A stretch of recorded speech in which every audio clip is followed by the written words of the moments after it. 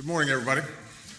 I want to take just a few minutes to update the American people on the attempted terrorist attack that occurred on Christmas Day and the steps we're taking to ensure the safety and security of the country.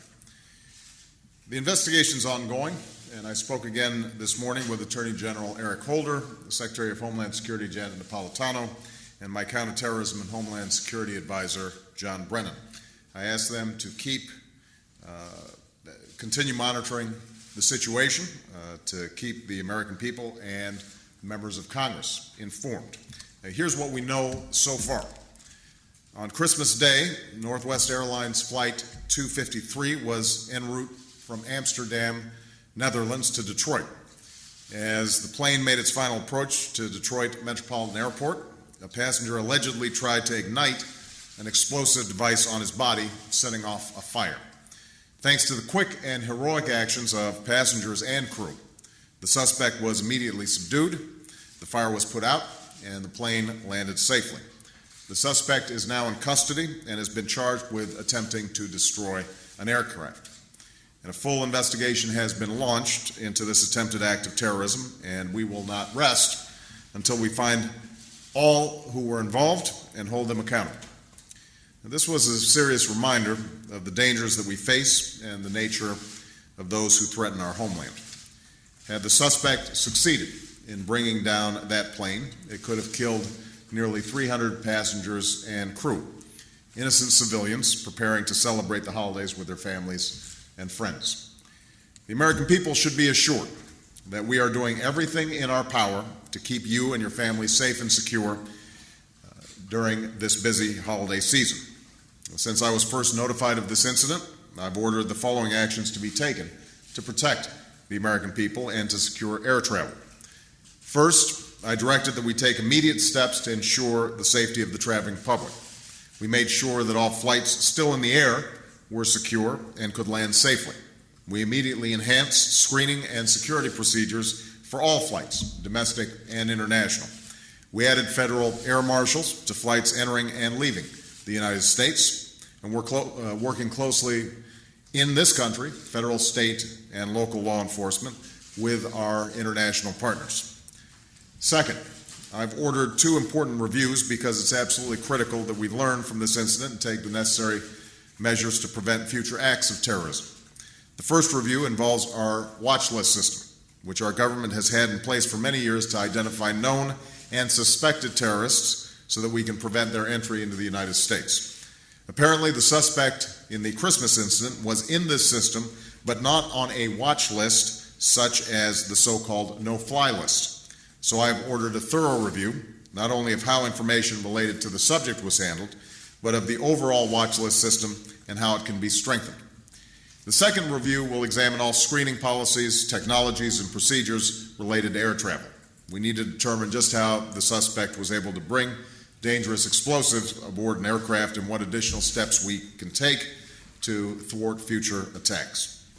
Third, I've directed my national security team to keep up the pressure on those who would attack our country. We do not yet have all the answers about this latest attempt, but those who would slaughter innocent men, women, and children must know that the United States will do more than simply strengthen our defenses. We will continue to use every element of our national power to disrupt, to dismantle, and defeat the violent extremists who threaten us, whether they are from Afghanistan or Pakistan, Yemen or Somalia, or anywhere where they are plotting attacks against the U.S. homeland. Finally, the American people should remain vigilant, but also be confident. Those plotting against us seek not only to undermine our security, but also the open society and the values that we cherish as Americans. This incident, like several that have preceded it, demonstrates that an alert and courageous citizenry are far more resilient than an isolated extremist. As a nation, we will do everything in our power to protect our country. As Americans, we will never give in to fear or division. We will be guided by our hopes, our unity, and our deeply held values. That's who we are as Americans. That's what our brave men and women in uniform are standing up for as they spend the holidays in harm's way. And we will continue to do everything that we can to keep America safe in the new year and beyond. Before I leave, let me also briefly address the events that have taken place over the last few days in the Islamic Republic of Iran.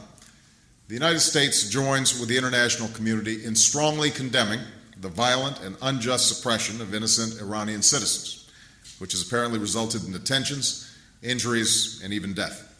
For months, the Iranian people have sought nothing more than to exercise their universal rights.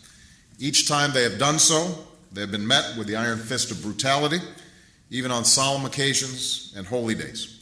And each time that has happened, the world has watched with deep admiration for the courage and the conviction of the Iranian people, who are part of Iran's great and enduring civilization. What's taking place within Iran is not about the United States or any other country. It's about the Iranian people and their aspirations for justice and a better life for themselves. And the decision of Iran's leaders to govern through fear and tyranny will not succeed in making those aspirations go away. As I said in Oslo, it's telling when governments fear the aspirations of their own people more than the power of any other nation. Along with all free nations, the United States stands with those who seek their universal rights. We call upon the Iranian government to abide by the international obligations that it has to respect the rights of its own people. We call for the immediate release of all who have been unjustly detained within Iran. We will continue to bear witness to the extraordinary events that are taking place there, and I'm confident that history will be on the side of those who seek justice. Thank you very much, everybody, and Happy New Year.